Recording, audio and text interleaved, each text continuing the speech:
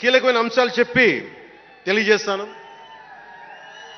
North south divide, ఉత్తర భారతం దక్షిణ భారతం, అలాగే caste senses, కులాల గణాంకం, డీలిమిటేషన్ ఇష్యూ, 3 లాంగ్వేజ్ ఫార్ములా, ఇవన్నీ మాట్లాడుతూ ఉన్నారు. వీటి మీద అలాగే మనం భవిష్యత్తులో సనాతన ధర్మ రక్షణ బోర్డు కానీ, ఫ్రీ హిందీ టెంపుల్స్ కానీ, ఇవన్నిటి మీద ఒకసారి మాట్లాడి నా అభిప్రాయాలు తెలియజేస్తాం.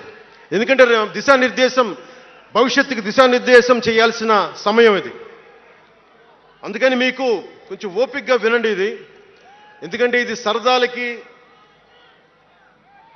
అల్లర్లకి సమయం కాదు, ఇది భవిష్యత్తుని నిర్దేశించే సమయం. దశాబ్దంన్నర తర్వాత వచ్చింది, అంటే 2009 నుంచి ఇప్పుడు దాకా చేస్తే వచ్చింది.